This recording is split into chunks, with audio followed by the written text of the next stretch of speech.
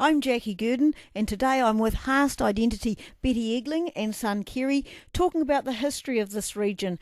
It's September 2011, and appropriately, with Betty being a keen whitebaiter, it's the first weekend of the whitebait season. Now, Betty, this photo here is your family, and it's up at Ikamatua before you came here. Can you tell me a wee bit about you coming down here to Akuru? We came down here from Ikamatua. The whole family came, and well, when I say the whole family, my father wasn't with us, but Mum and we 6 kids arrived down here, and we stayed the night at Hokitika on the way to catch the boat, and we got on the boat at Hokitika, and we got to the island a bit earlier than the tide would allow us in the mouth of the Akuru. So we just stayed out at the island, and when the tide was right, we came into the Akuru, and as what I can remember, when the tide went out again, the boat lay on the bottom, and we just we got off before the boat got to the bottom, before the tide was so far out. But our gear and that, we unloaded it into the boat after the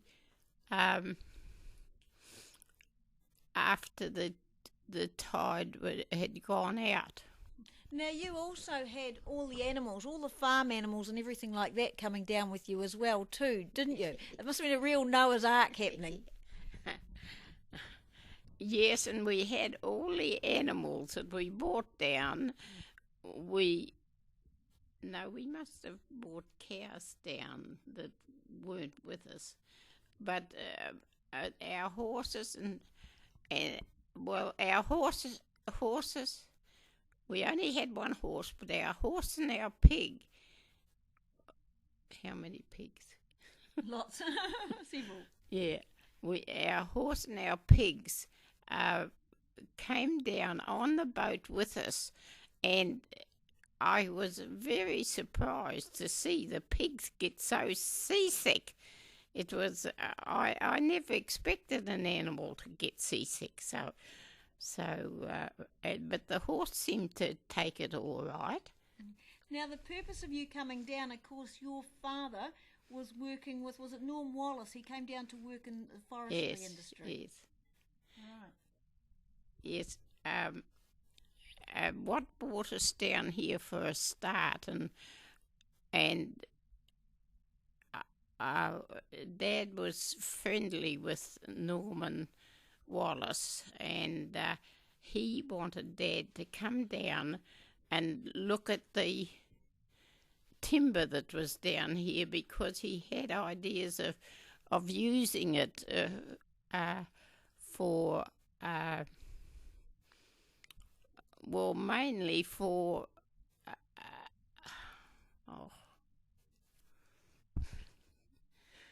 what? But that was in the 1930s, yeah. And you've been here ever since. That would be in the 1930s, and we've been down here ever since. We never found a reason to leave the district, because I think after you've been here for a while, the district will grow on you. Now, Kerry, the Haast area really about 1875 was declared a special settlement area by the government. Can you tell us a wee bit about that? Well, yeah, as far as I know, what happened there, I wasn't around in those days, of course, but what happened there was when the settlers arrived in Jackson's Bay, each family who arrived was given a 10-acre block down along what's now known as the Arawata settlement. And they had to work so many days for the government, and they were allowed so many days on their allotment or their 10-acre block to develop that, and most of it was just solid bush. So they had to virtually cut it start from solid bush and eke out a clearing big enough to put a house and a veggie garden and or whatever else they wanted to do. If they wanted to put a horse or a cow there, they had to clear more land. And yeah, it was pretty hard times then. And of course, in this photo here is your father and... Yeah, that's the photo. That photo there is Dad and Uncle Dick. Down beside there's a grave of a guy that died on the boat on the way here down in the early settlement. Prior to that, so what happened at Jackson's Bay too was if they were buying bulls or something from away, you used to often buy them down in Southland or Bluff or round that way, and they'd be put on a boat and brought round to Jackson's Bay and then unceremoniously dropped into the sea at Jackson's Bay, and Dad and them would have to go down and collect those bulls after they'd swum ashore and drive them back up to Okuru, which is about 25 or 30 miles up the coast. So yeah, that was a pretty rough introduction to the Haast for the bulls. Now, I understand that settlement actually failed. Tell us about what happened after that. Well, I think that the different ones shifted north to the Turnbull and the Okura and the Haast rivers, and built along the river banks.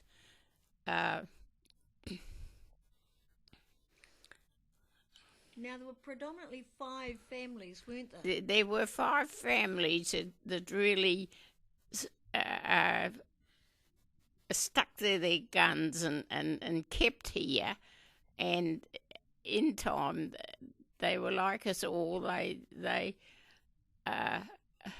liked the environment and the whatever. And...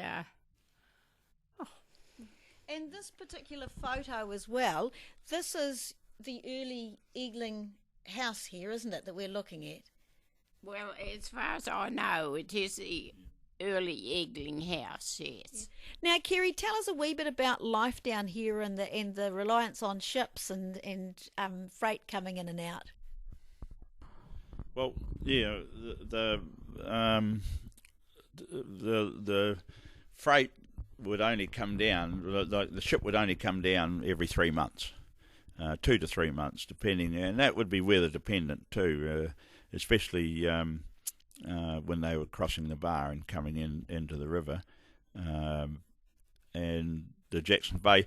And we'll talk about the farming. The families that were here, some of them used to milk cows by hand, up to 16 cows or 20 cows, and they'd make butter. They'd separate the milk, and the skim milk would go to pigs or that, and they'd make butter with the cream, and they would hold that here until the ship came down, the trader came down, and then they'd send that away to sell. So as it brought supplies in, it would take stuff like that out, and wool. Quite a few of the farms had sheep in those days, and a few cattle. It wasn't often that they took cattle out by boat because it was such a hassle to do, but they did at times take cattle out by boat. Yeah, originally, or in the after the main settlement failed at Jackson's Bay, some of the families moved up this way, as Mum said before, and it ended up that there was about eight families here, I think it was. There was the Crons at Haast, and then there was you come down to the Okuru, and there was the Nolans, and then you came to the Turnbull, and then there was at the Turnbull there was the Egglings and the Harrises and McPhersons. and Buchanans when they turned up. So they were there, and then virtually south of the Turnbull, there was only the McFarlanes in the Cascade. And what happened with a lot of those is the likes of the McFarlanes moved out, and the Nolans bought their farm. The McPhersons moved out, and the Buchanans and the Egglings bought part of their farms each. And the Harrises moved out, and or Bartons were here, bought Harris's out, and then when Bartons moved out, the Egglings bought Barton's farm, and it ended up at the finish, which is virtually now. There's only about 5 families farming here total. So it was economics. There was never a lot of money in farming, and people just you had to get bigger to survive. Kerry, we're pretty sure this pictures your father, Charlie Eggling.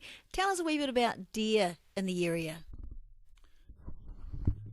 Yeah, the deer sort of, well, especially in the Waitoto, that photo there is in the Waitoto Valley, and the deer moved in there in the early 1930s.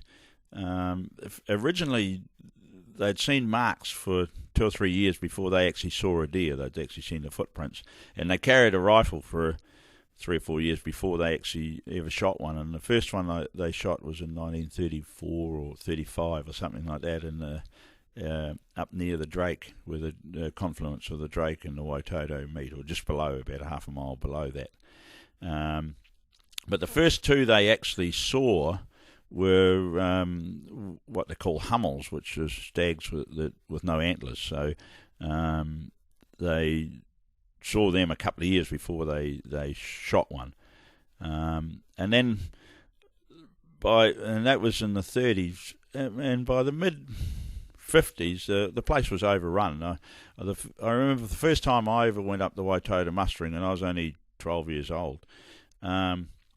We rode out onto the Drake flats up there, and there was just waves of deer running off the flats, and they were running through shallow water, and the water was just spraying up over them, and there might have been 50 or 60 in a mob. And at that time, we'd virtually been eaten out of the Waitoto. Like earlier on, before the deer moved in, we'd have 150 or 200 breeding cows in the Waitoto, and it got down to the stage that we had 30.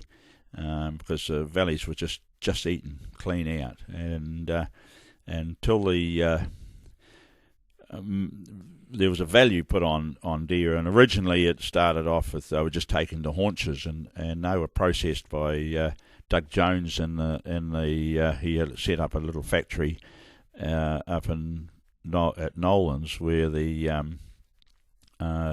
whitebait factory used to be, and prior to that I think that was a cheese factory, and he processed just the haunches and the back steaks. He used to only take the saddles. So, and then it got to the stage that they were taking the whole animal, and they started processing them out in Cromwell.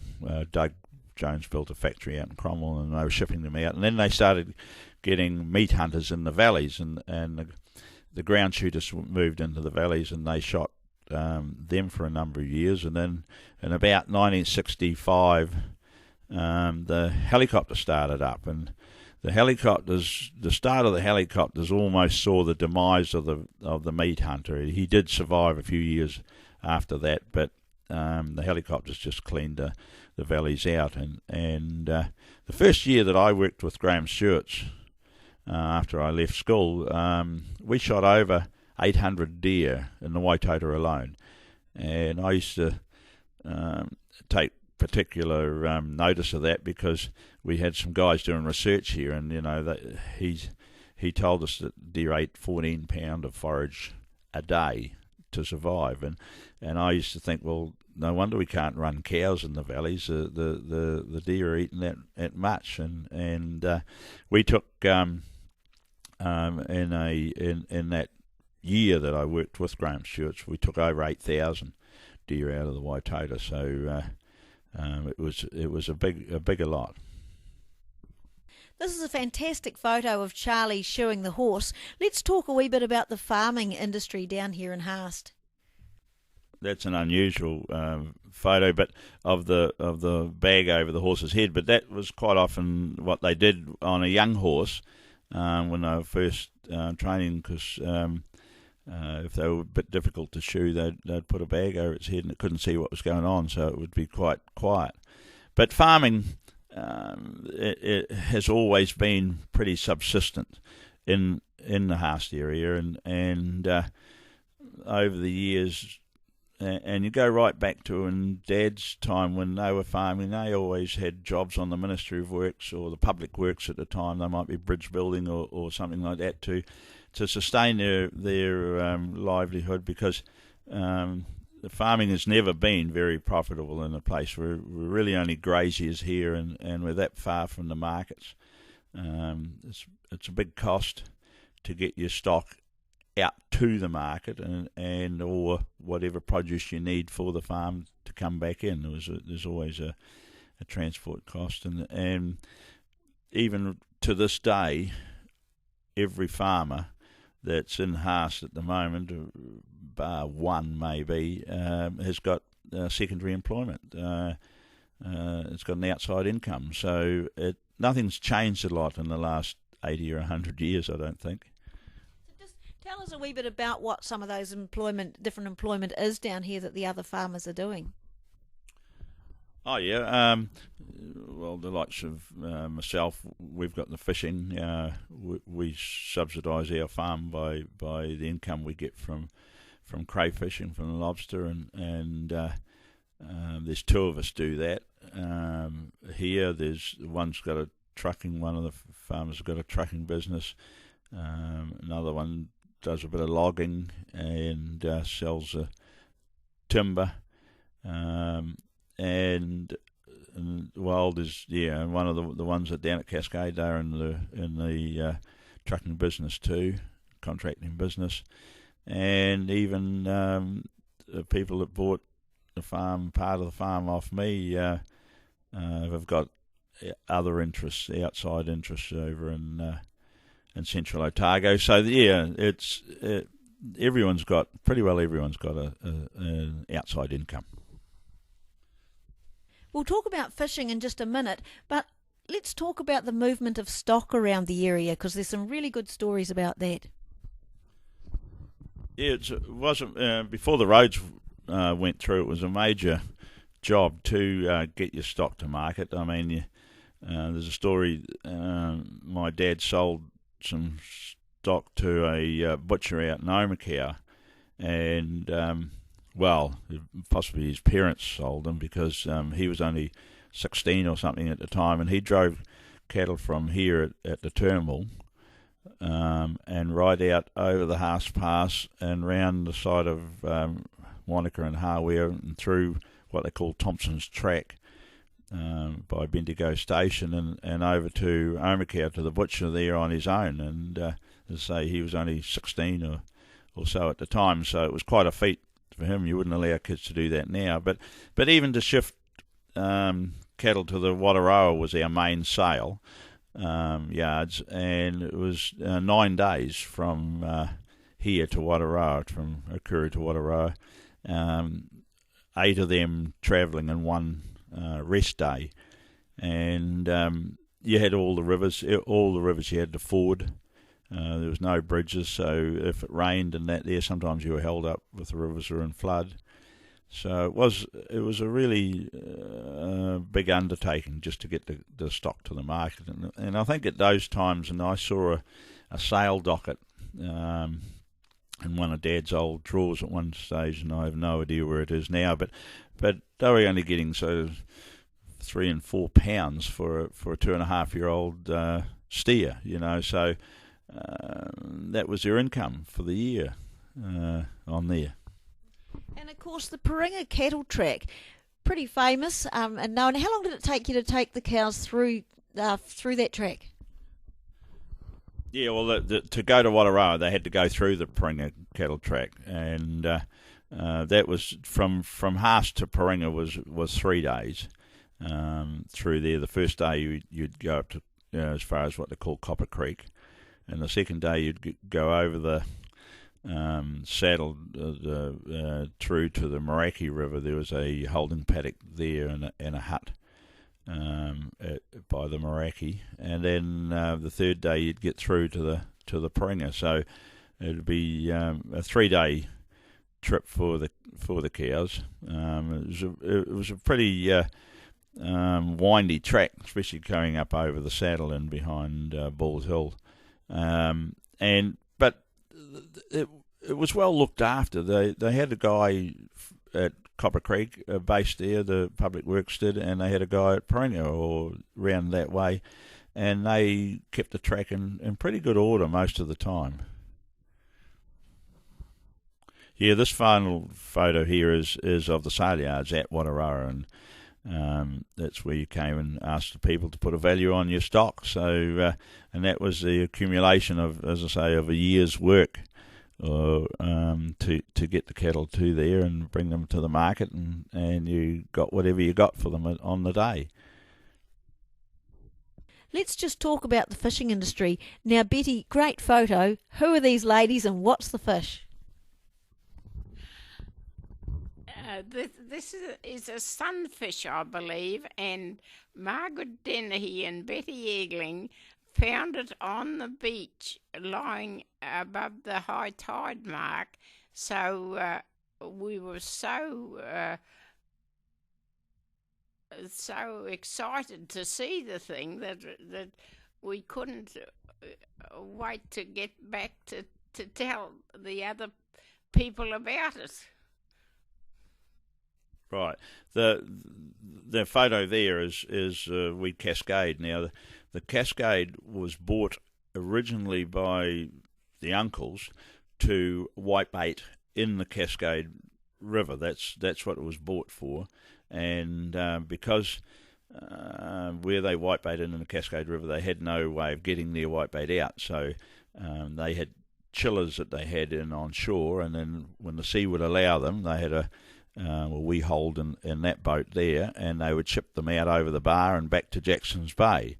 And then, so that was a commercial whitebaiting, and that started in the early 40s, I would say, that they started on that. And then, as time progressed, they got airplanes to fly into Cascade and cart the whitebait out, so that put the wee boat out of a job. But then the uncles, Henry and Bruce Buchanan, they decided that there was crayfish around, so that was going to be a high-priced fish, and you could sell them, the tails, to America for quite good money at the time. And I think, I just can't recall the price that it was, but they decided that they would convert the wee Cascade into a trawler and put a trawl net on it and go crayfishing. And originally they used to tie it up here in the Hapooka. It used to stay here from year to year, tied to the Hapooka Bridge.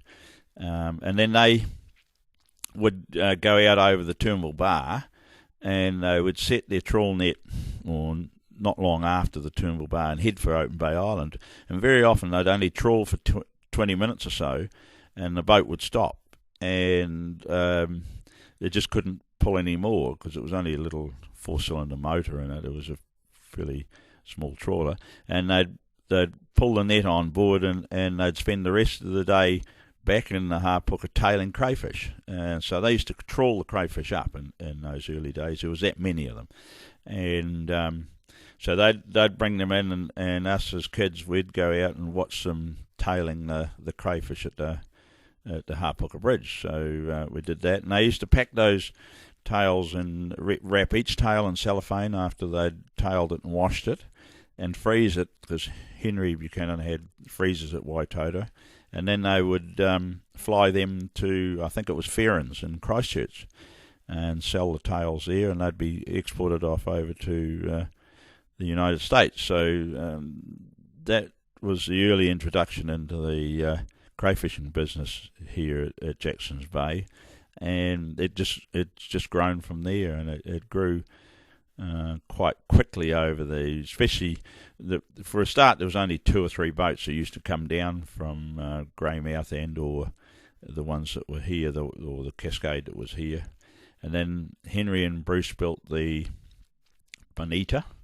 That was their next boat. They upgraded, and the wee Cascade became redundant. And my brother Peter and John Buchanan, Henry's son, they took over the Cascade, and they fished that for a number of years, and 3 or 4 or 5 years, and then they built the Compass Rose, which was another boat similar to the Bonita. So it moved up there, and then the Cascade was sold, and it went away. It was actually being towed up to Picton or something, and during the night something went wrong, and the boat sunk. And I'm not sure whether the rope that they were towing with come out of the fair lead, and the boat went out to the side of the boat that was towing it, and it pulled it sideways, pulled it over on and upside down, and sunk it. So it was a sad end to a great wee boat. That was the photo of the Cascade when they were coming back in over the bar one time. They missed the bar and went up on the beach, and you can see a bunch of people there. And I was old enough, I think, to be involved in that lot. And we dug a trench in the sand right through and into the Turnbull River, or the Kura River. And then as the tide started to come in, a whole bunch of us went there. There might have been 40 people on ropes, and we pulled the boat into that wee trench and on and back into the river. So it wasn't a loss. It was we got afloated again.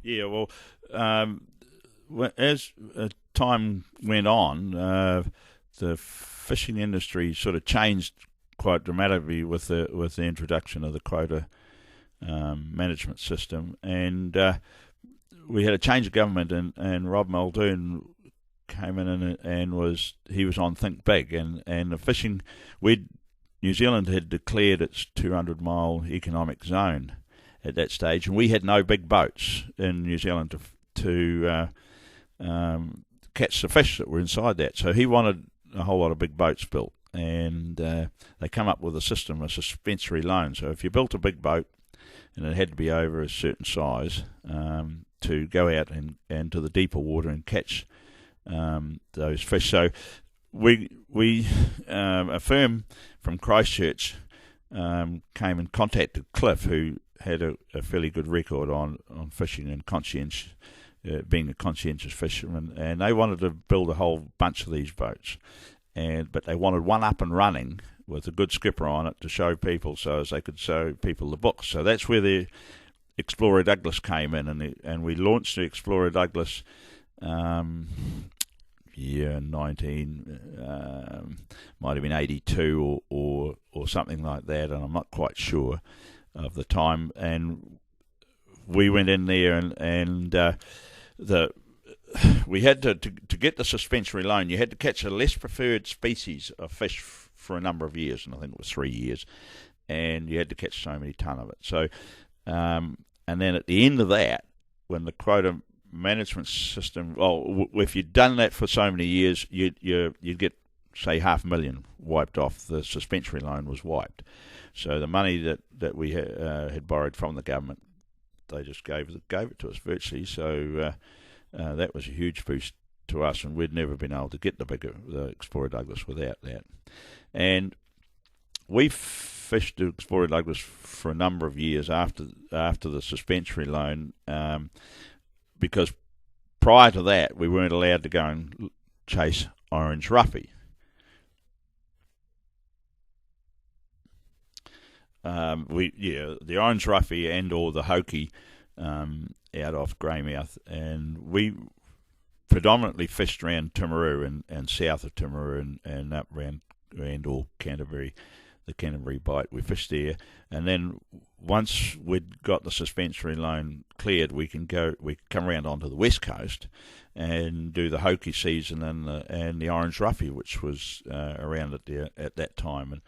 And when we first started doing the orange roughy, there was some big bags of fish caught, as you can see by that photo there, and like far too big to get on the boat, to pull up the ramp onto the boat. So someone would have to walk down the bag of fish and what we call split it. So you'd have to put a rope round and you'd split it and bring one end up and just lift it up or pull it up the ramp and then go back and let it back down to the into the cod end again.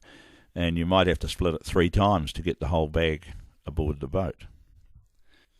And as you can see by that photo there, that's where they're splitting the bag. So to get the bags on board, you'd have to split it, and as I say, up to 3 times to get all the fish aboard. And once you got it aboard, then you had to bin it up and get it down into the freezer. So and ice it. They'd have to put it all in bins and ice it and get it ashore. So sometimes you'd fill the boat in a day or a day and a half, and you'd be back in shore to do it. So things started to move on Explorer Douglas as far as paying bills and things like that pretty dramatically once we got onto those fish. Now let's just move and talk about another industry here, whitebaiting. Now, Betty, this is Charlie fishing whitebait here in around the 1970s, is that right? Okay. Now, Betty, you've fished for many years. Tell us a wee bit about it.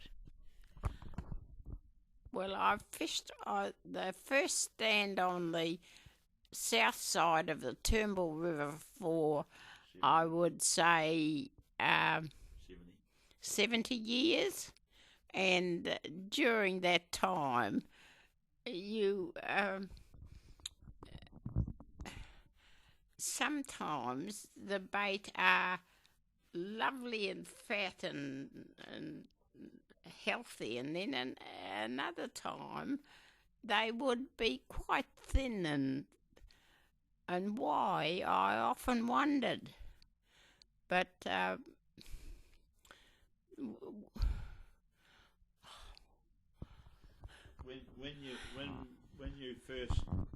when Mum first was fishing on the Turnbull, there was only 3 stands. yes. 3 stands on the Turnbull. Yeah. So there's virtually only 3 people. As time's gone on, especially since the roads come through, it just slowly grew until now I think there's 22 or something registered sites on the Turnbull, and plus you've got a lot of scoopers and pot netters and that there, so the pressure has really gone on the whitebait in the last 20 years anyway, quite dramatically, and whereas in early times it was quite a big part of the farm income for Mum and Dad, the whitebait that they'd get every year, and in actual fact there was 5 of us children, and they virtually put us through boarding school with the whitebait money. It certainly wasn't money that came from the farm. It was the extra income that they got from whitebaiting at that time, and you certainly wouldn't be putting children through school on whitebait catches today because it's shared over so many. Yeah, that's a photo of Dad standing. You notice the block and tackle and the big box nets. They're about 11 feet long, I think, and 2 traps in them. They had a door in the front, and often they had a bailing door on top. And I remember one time when I was fishing in the Cascade down there, if you got more than, say, 25 tins, that's kerosene tins or whitebait, in a net, they would sink. So when the net got to the stage that it was a sinker, as you called it, you just keep stuffing the whitebait in until they stopped. If the run came and they'd just continue, and you wouldn't cut the run off. You just while they were still coming, you'd keep stuffing them into the net, and once the net sunk, you'd have to hold it up with a block and tackle and rope it up so as you could put some more fish in there. And then you had the wee trapdoor in the top that you could fit a 4-gallon tin in. So you'd lift the net up till the whitebait were real thick, and then you'd bail them out and through the door on the top. And as I say, 25 tins, drainer tins full of whitebait was reasonably common in those early days when you got balers. But nowadays, if you get a kilo of whitebait or 2 kilos of whitebait, you think you're made. So it's certainly changed in the last number of years from the quantities that you used to get. So yeah. In those early years, there was a factory down here too, wasn't there, Kerry? Yeah, when Mum first started, and that there Nolan's canned whitebait here, so they were canned at the whitebait would be carted up to the factory at Nolan's and steamed and canned there, and then exported out of Haast. But in the early 40s, I suppose, they started flying them out, and once again Henry Buchanan, who was an entrepreneur and all those sorts of things in the venison industry and all, and he set up a business of flying the bait to Christchurch with an aeroplane, so he could get fresh whitebait onto the market at Ferrans and Christchurch from Haast or Cascade in an hour and a half. So he got that going, and once that happened, it sort of changed the logistics of whitebait a lot. This photo here is unloading a small crawler dozer off a boat in the Okuru. Now, what happened there was, and I think it was the Public Works once again, had bought this bulldozer, and it was a pretty small bulldozer, but it was the first bulldozer that ever turned up in Haast, and they drove it onto the boat in Hokitika or Greymouth, wherever it left from, and I think it came from Renton's in Hokitika were the agents for it. But the oldies towed a couple of logs down behind the horses and lent them onto the side of the boat when it was in the river here at low tide. They let the boat settle on the bottom of the river, and then just drove the dozer off the boat down those 2 logs. As you can see there, there wasn't a lot of room for error when you were coming off the boat. You only had those logs, and hopefully they didn't move. But that was a common way. You just let the boat settle on the bottom, and then you would unload. The wharf at Jackson Bay was possibly not built at this stage, but what happened is that the gale or the scow that brought our goods in sometimes took stuff out, and that photo there is loading stock onto the boat to go back out to Hokitika for sale. So the Turnbull or the Okuru River was a long way, 30 odd miles from Jackson's Bay, and it was impractical to unload stuff at Jackson's Bay when there wasn't a road. So the boat would have to pull in to the Turnbull or the Okuru River, which is combined, and unload whatever goods they had for here, and then go on down to Jackson's Bay and unload stuff down at Jackson's Bay. This photo here is the wharf piles when they first arrived in, and that was about 1933, I think, too, or 35, and they came direct from Australia. They're hardwood, so they came and they were unloaded in Jackson's Bay, and I'm not sure how they got them ashore even, but they certainly came ashore at Jackson's Bay, and the pile driving rig was set up down there to build the wharf. Once the wharf was completed, it sort of opened up, so instead of having to cross river baths and stuff like that, you had an all-weather port that you could actually come into. Not necessarily all-weather, but I mean it was a deep water port, and they didn't have to worry about river crossing. So, and that sort of started the commercial fishing off, and also it it was the precursor, I suppose, to other industries starting up in Jackson's Bay. Yeah, this is a photo of the completed wharf of the leading out to the wharf. The wharf runs almost north-south, and with Jackson Bay being quite protected, really the only sea that concerns Jackson Bay is the northeast. So it was completed in 1937, the wharf. So that was a big help again to the isolation. We could get stuff shipped in and unloaded off on the wharf. The ministry, the Public Works, they had good sheds down at the wharf, and we used to be able to get all our fuels. Prior to that, when the first vehicles turned up here, you couldn't get them unloaded because of the fact that you had to come into the river baths and that there. So we could get fuels. We used to get 44-gallon drums of fuel.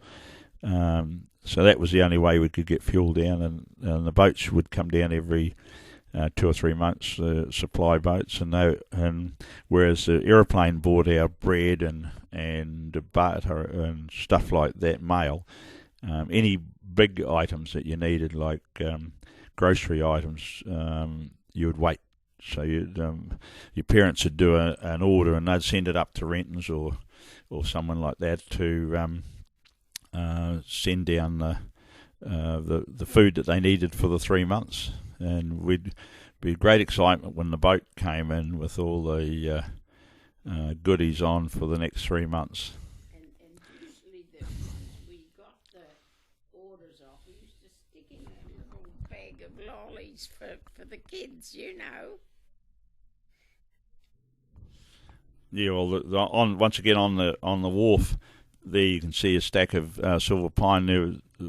Once the wharf was built, we were able to ship stuff out from the bay as well as getting goods in. So silver pine, that's fence post. That was quite a big business here for 2 or 3 crews that worked here cutting silver pine and selling it to the farmers further up country, like Hokitika, Greymouth, that way, as far as I know.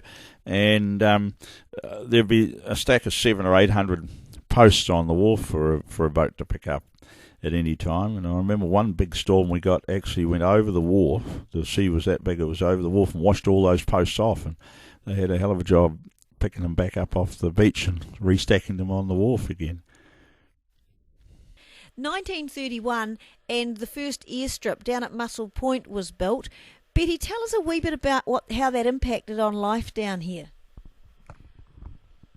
It had the airport had quite a big impact on our life because we didn't have vehicle traffic. We flew most of the time that we needed to go anywhere or go any distance out to town. We had to fly, and it really opened up the place, didn't it? It really did. And it opened up the place a lot. And we spent quite a lot of time on the Muscle Point Aerodrome filling in little holes and grubbing tussock and things like that so the planes would be able to land.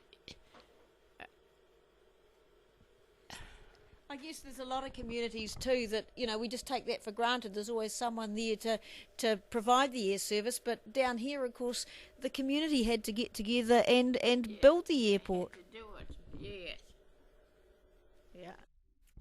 Yeah. This is the Muscle Point airstrip. Not long after it was opened, would be one of the first planes that came down. I think the first plane landed on Muscle Point about 1931. The air service, which was formed by Bert Mercer, was in December 1934. Bert Mercer is actually in that photo there. He's one of the people there yeah, you can see him with the flying gear on, and so that's at Muscle Point. Because the Haast area was quite a long way between, and there was no such thing as a vehicle here at that stage. So if you wanted to go to Haast from the Turnbull, it was a 2.5 hour ride on a horse.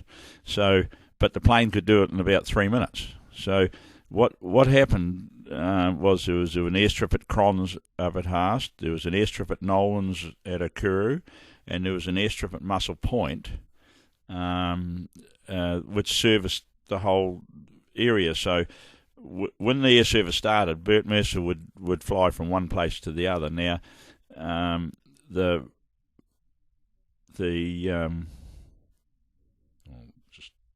Bert Mercer would fly from each of those three areas. Now, this photo's got a whole pile of mail. So the post office, the Okuru post office, was in our house, and we had a room in there. We had our own postage there, and we had the contract, or Uncle Dick had the contract to run the post office at Okuru. Yeah, well, and there's a photo of Uncle Dick with the old horse. Once again, no vehicles, but we had an aeroplane, and it was the most amazing thing. Here's the thing that could fly from Hokitika to Haast in an hour and a half or an hour and 3/4 on a good day, whereas with a horse it would take you 9 or 10 days to ride there. So it was just absolutely, the old people just couldn't get over it. This thing could fly through the air and drop off parcels, and and it made such a huge difference. Like, even in my time when I went to boarding school, once the roads still weren't open at that stage, and I started boarding school in 1957 or something like that, and we would have to fly out to Hokitika, catch a rail car over to Christchurch to get to boarding school, and at that time, the Christchurch Press would be delivered in Haast before the people in Christchurch got it, because you used to come over on the 2 o'clock rail car in the morning to Hokitika, and it would fly down. The plane would leave at 7:30 or 8 o'clock in the morning from Hokitika. It would be at Haast at 9:30 in the morning. So we would have the Christchurch, the morning press, Christchurch Press in Haast at 9:30 in the morning, and a lot of people in Christchurch didn't have it delivered by that time. So it was amazing, the differences it made, and as Mum talked about earlier, flying out to hospital to have their children and that there. No matter what we did, we had to fly or ride a horse or walk prior to the introduction of the air service. And the air service continued right up till the road opened, and virtually it died within a year of when the road opened. The air service finished. So, Kerry, let's just talk a wee bit about opening of this area through roading and how that developed. Yeah, well, you can see that photo there of an old steam winch. They were quite widely used in the formation of the roads, because we had you didn't have power saws and things like that in those days, so most of the felling of the bush was done by hand, and then they had to remove the stumps before they could put the gravel down to form the road. So they used those winches, and they used to put a block out on the side and winch the stumps out of the ground, dig around them and loosen them up, and then winch them, and they would parbuckle, which is to put a rope round under the thing and roll the stumps off the side of the roadway, I suppose. So then people were given the contract to do sections of the road, and that photo there is a winch with someone operating it to doing a portion of that road.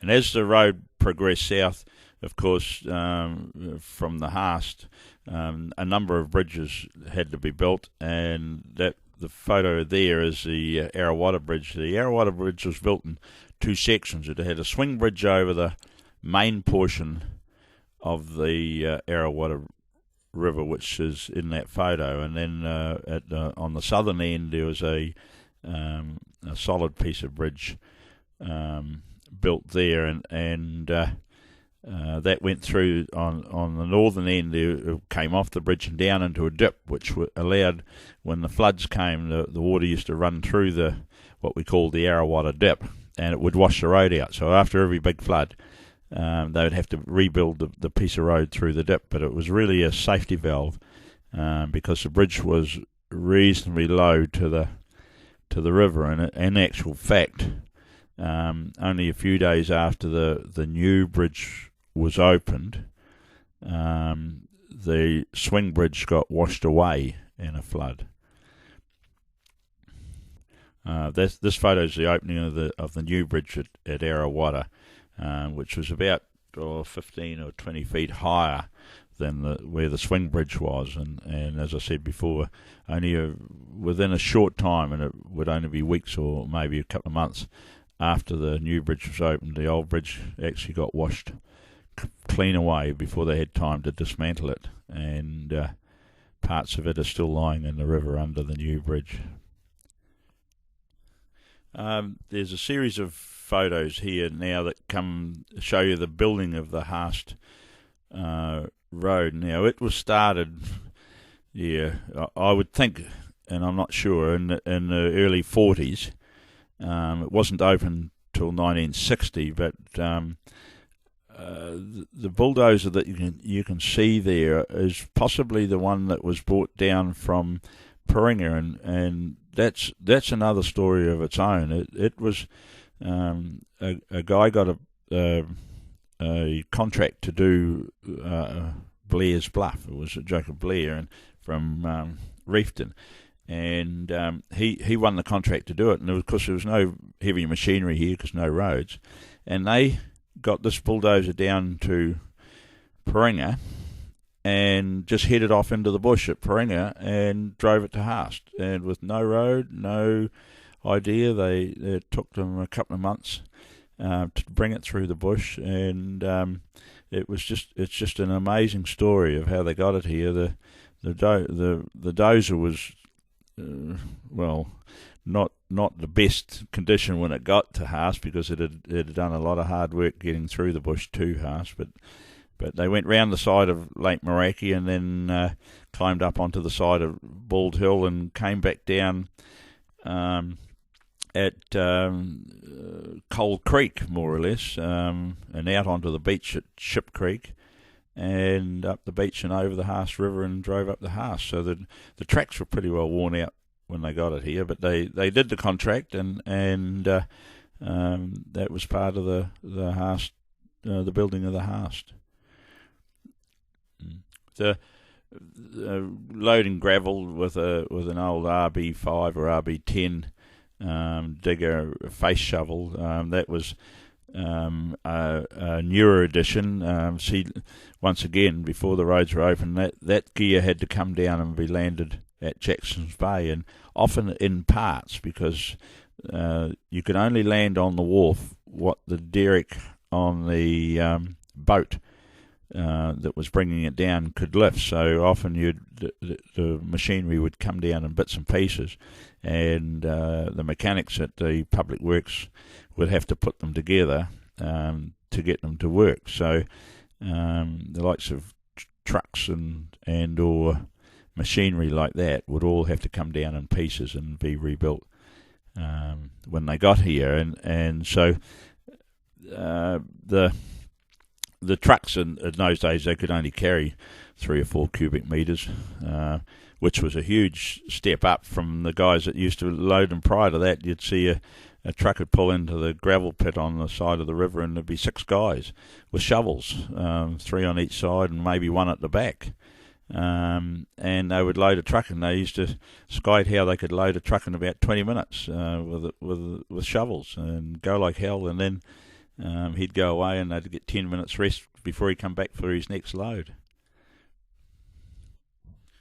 As the road got progressively built up the Haast Valley, there was always keen interest from the local people about it, and the guys that worked on the Public Works, as it was known then, it was before the Ministry of Works, it was called the Public Works Department, and they were always very keen to show us how far they'd got and what they were doing.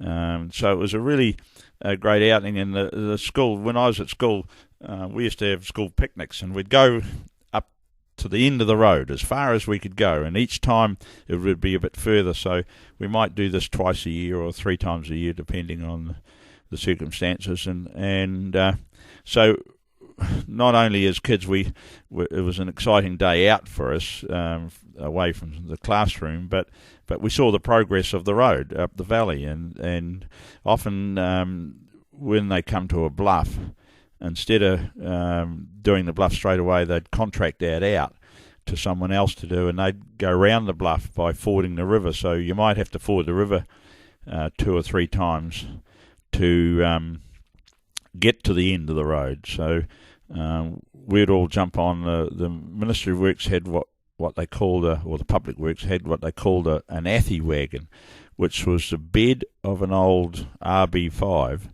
with a deck put on top, and they used to tow that behind a D8 bulldozer, and we'd all climb on this athy wagon and get ferried across the river and up to where the next part of the road was being built, and then we'd have our picnic and come home again.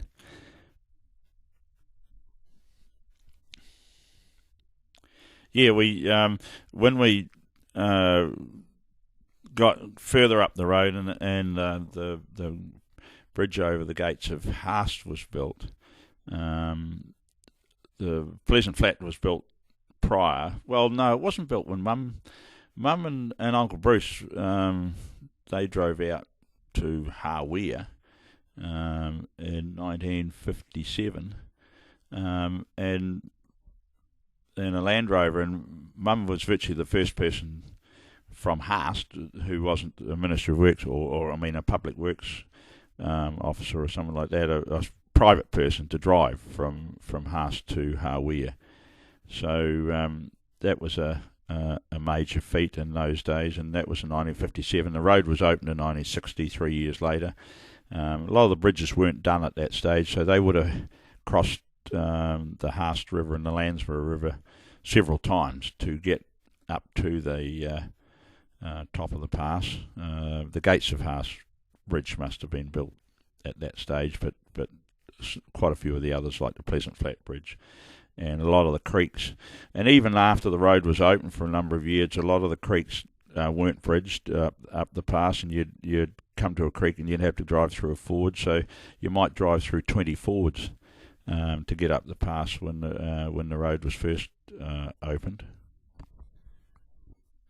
Once the road through the Haast Pass was completed in 1960 and opened, then the big push was then to connect the road on through to Paringa, and that's really got a big push, and it was done in 5 years, from virtually from crossing the Haast River to reaching the Paringa was almost completed in 5 years, which was a major feat in those days. And they opened the road at Knights Point in 1965. Yeah, the opening of the the road, it was the funniest thing, because the road opened and closed on the same day at Knights Point. It was opened by Sir Keith Holyoake, and I can remember the day started off not too bad, but as it progressed it just got wetter and wetter, and I remember I was only a kid at the time, or just left school, and Paddy Blanchfield, the local MP from Greymouth, he was introducing Keith Holyoake and going on with his speech, and he said, this was Westland's finest hour, and it was absolutely hosing down. A huge storm was on, and it was just bucketing down the rain. And anyway, when Sir Keith got up onto the podium And he said, if this is Westland's finest hour, he said, I'd hate to see its wettest.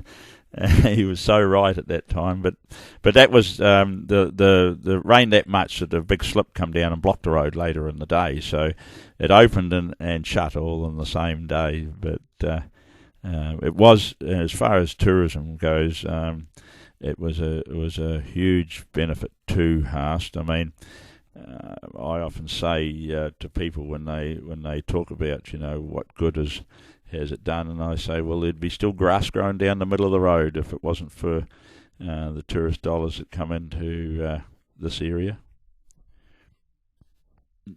We have a photo here of the Haast motor camp as it was in those days before the road was sealed. But the motor camp is a story of its own. It almost fell into place rather than was a dream.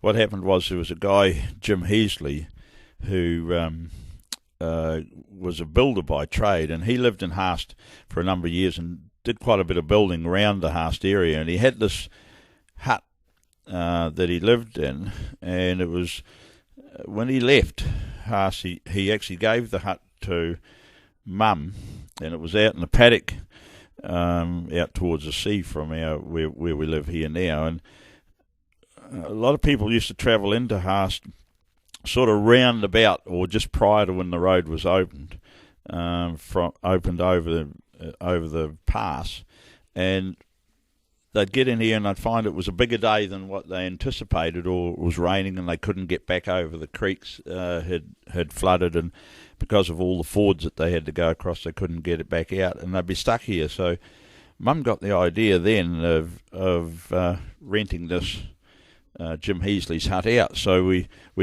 towed it from out in the paddock where it was and set it up out by the Haast Jackson Bay Road on a bit of we had a bit of a hilly paddock out there, and it was a wee bit of a rise on the side of the road. So we set that up, and there was so much demand for it, she decided to build another one,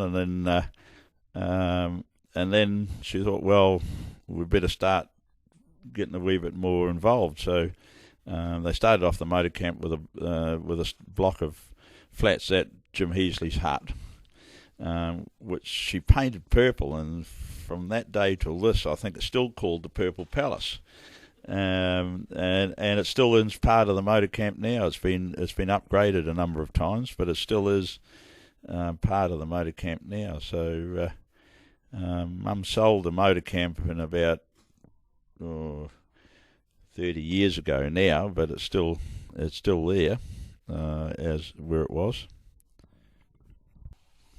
When Carter's first started logging here at Haast, and they shipped a lot of timber out over Jackson Bay Wharf when they first moved in here, because once again the road out over the pass wasn't all that good, so they shipped all their sawn timber up to Auckland through the Jackson Bay Wharf and that there, and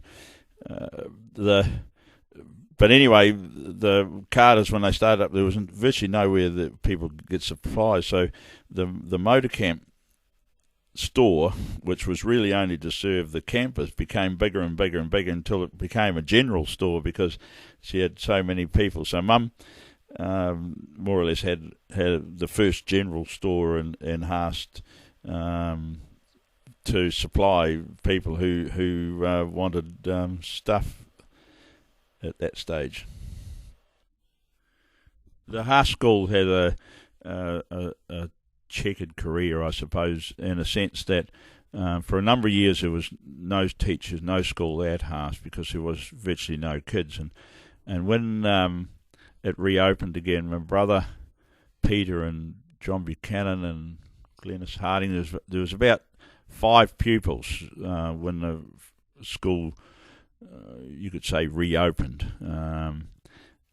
Mum went to school here when she come down in the 1930s, and that was at that era. But this photo here is the next era on, and originally when it opened, there was, as I say, only 5 or 6 pupils, and then when I started, there would be 11 or 12 pupils at school, and the furthest one south was at Waitoto. The kids down there, Henry Buchanan used to run his kids up and pick us up and take us on up to school in the morning, and then sometimes in the afternoon, if he was away or something like that, Mum would pick us up and bring us all home to here, and then Henry would come up later in the day or at night time and pick the kids up from Waitoto. But when the school bus was brought down here, Mum actually drove the school bus for a number of years, carting the kids to and from school. You can see there in that photo the school teacher Tony Adams at the time. He was driving it then, but the school bus run was a story in itself. I remember one time going to school, and we were getting up along the Haast, between the Kerry and Haast, and there was a deer on the road, and we chased this deer down the road for a long time because the gorse and that was that thick on the side of the road. The deer didn't want to run off the road, and we ended up actually getting the tow rope out from under the seat in the back of the bus, and this deer was running along the side of the bus, and this school teacher had the rope out the window ready to drop the noose over the deer's head when the deer more or less collapsed with exhaustion and went and got in through the gorse and into the bush. But that was just one of the things that used to happen to us sometimes. That's put on a display one time. There was some dignitaries round. You can see by the way we're all standing there in our best behaviour, and doing gymnastics just to show the powers that be that we could actually do them. When Carters came to Haast and were logging here full time, there was quite a following of people. There was a wide variety, and between the Ministry of Works then, because the Public Works had gone out, and the Ministry of Works and Carters, there was quite a few able-bodied people around, and we used to have sort of chopping meets, and there was quite a strong axemen's club here at Haast at the time, and in actual fact, often on a Friday or a Saturday night, they would have competitions in the bar of the hotel at Haast, and they used to shift all the tables back and set the blocks up on the carpet. They had a big red carpet on the floor, and they'd have chopping competitions in the bar of the pub, and there'd be chips and stuff all over the place, but they were clean, so they'd sweep up, and they had firewood for the open fire as well as there was quite a bit of entertainment in the bar. This one here is a photo of almost the whole community. It might have been at one of the getting ready to go on one of those picnics that we used to do up the Haast Valley or something like that, and in those days everyone knew everyone, and we'd all get together and go up and have a picnic up the Haast Valley or wherever, and those things have sort of gone now as time goes on. People get busier and busier, and the community has changed so much over the years because a lot of those stable workforce, I suppose, gone, and with the type of businesses we've got in Haast now, in the tourism business, people come and go, so they don't have a long affiliation with a community like they used to have in times gone by. Well, Betty and Kerry, thanks very much for sharing the story of Haast with us all today. Really appreciated it. It's been a fabulous day. Now, what I'd like to do, Kerry, is just hand over to you for the last word and just your visions for the future of Haast. Yeah, I sometimes worry about the future of communities like this. One thing's for sure, it'll never stay as it is now. There'll be just more and more people turn up because it is the last frontier, and everyone wants to be part of the last frontier. So we'll still keep going ahead. Some of the things that do happen may not be all that good for the community, but other things will. So I don't know how you put this, but without being able to see in your future, you never know. Something might just turn up round the door. We might start exporting water, or something else might show up. And I mean, it was a huge jump when we went from tailing crayfish to selling live crayfish. And I mean, the benefits to the community were huge. So all I can say, as far as the last word goes, is my feeling is that Haast will never stay the same. It'll just keep altering.